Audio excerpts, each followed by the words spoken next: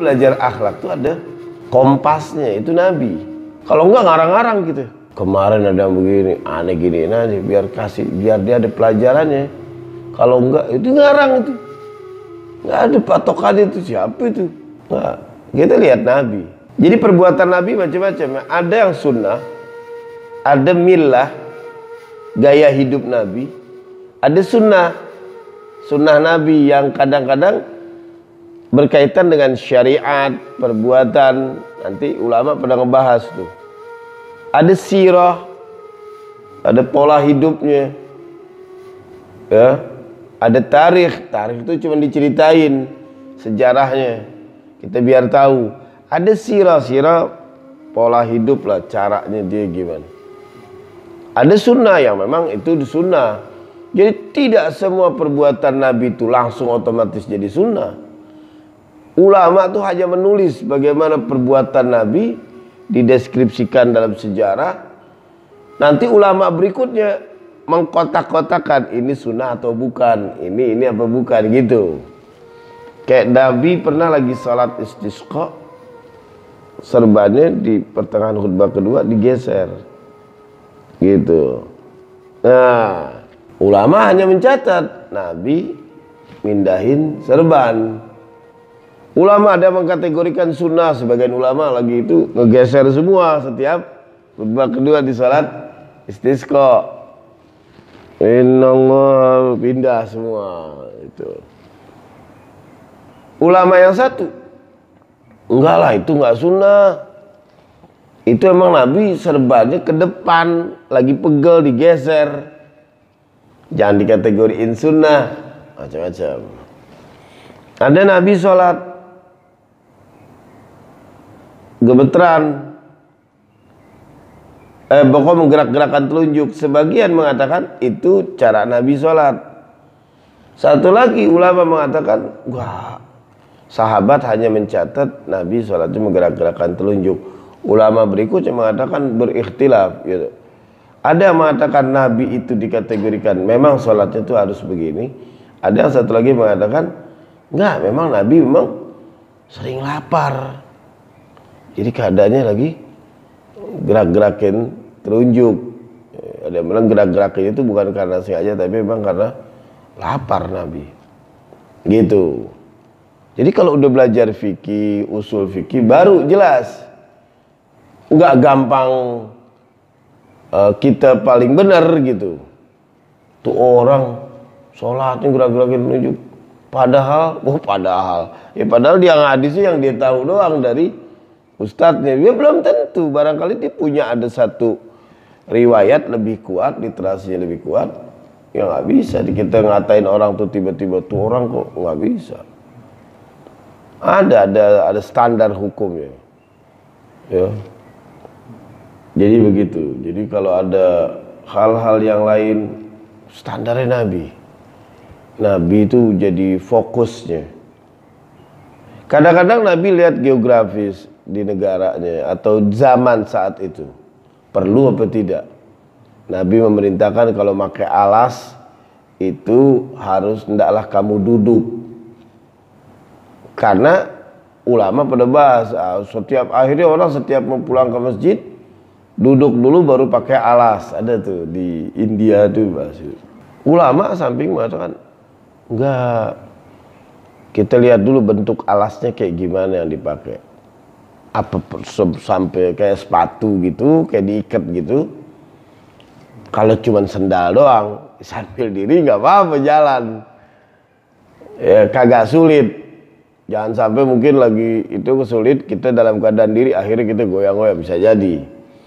Udah gitu di zaman Nabi dulu masih sedikit pakai alas itu sambil duduk nggak apa-apa. Kalau sekarang di masjid penuh, ente mau tetap konsisten anjuran Nabi itu pakai itu, wah berantakan, bisa keinjak-injak dalam belakangnya gitu. Jadi lihat geografisnya kayak gimana.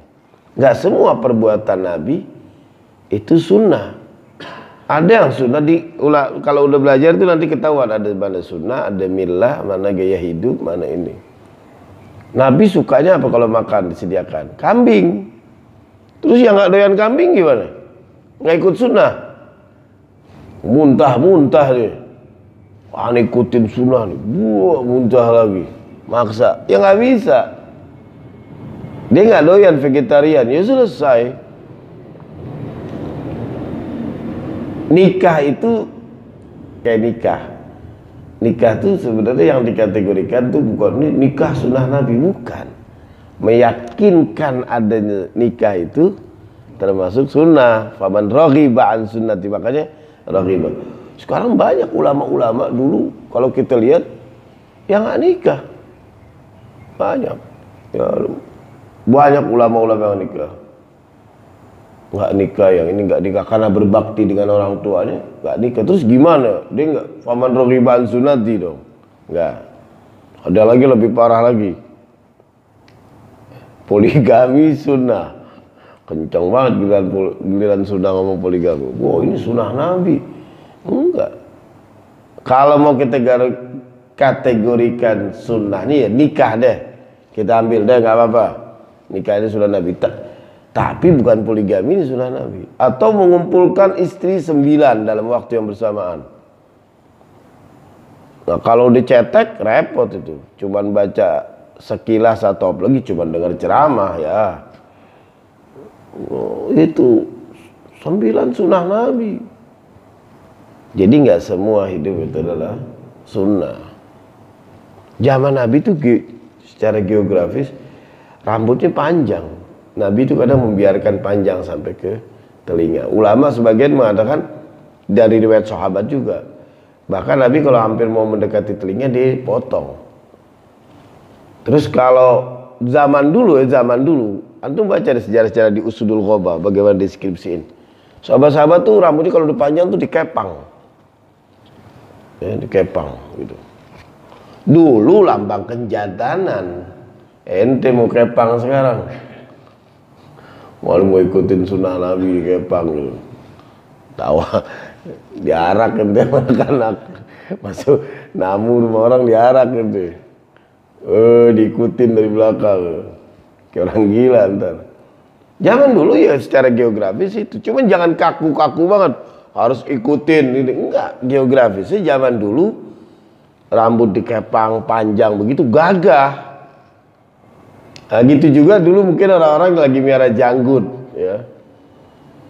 Ya kalau yang nggak numbu atau kayak kita ini berantakan gini.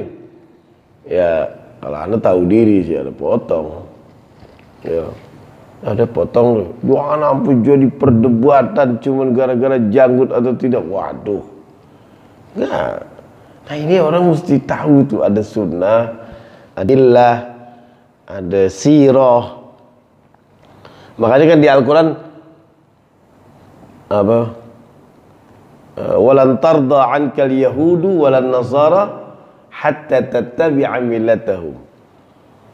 Orang Yahudi dan Nasara tidak akan ridho kepada kita sampai kita mengikuti. Orang-orang mengartikan milah itu agama, mengikuti agama kamu. Wah, kita akhirnya curiga sama Nasara, sama Yahudi sedemikian mungkin nggak boleh ada orang ini pasti.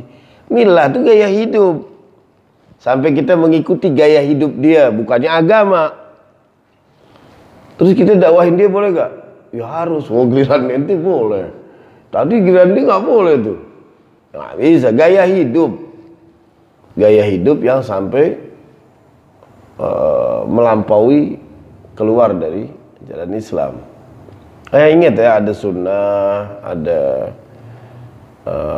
sirah, ada millah. Yang mana sunnah, mana millah, itu ada pelajarannya dalam supaya kita nggak gampang-gampang mengatakan ini adalah sunnah, ini sunnah Nabi ini. Tuh. Bahkan ulama aja ikhtilaf ketika makan 3 jari itu ikhtilaf. Sebagian mengatakan ya Rasul memerintahkan 3 jari. 3 jari apa ya? Yang dimakan roti, kurma, kena lagi. Ente nasi mandi 3 jari. Temen ente kenyang, ente sabar kan gitu. Ya artinya itu masih ikhtilaf. Artinya boleh kita yakin. Ada yang mempertahankan enggak itu udah masuk sunnah. Itu ada taklim ya. Ada khusus. Enggak sekedar selesai 1 hari ngomong itu, enggak, ada khusus pelajarannya. Jadi ulama tuh berikhtilaf. Itu aja berbeda pendapat antara yang sunnah mana tidak, sunnah. Gitu. Ya harus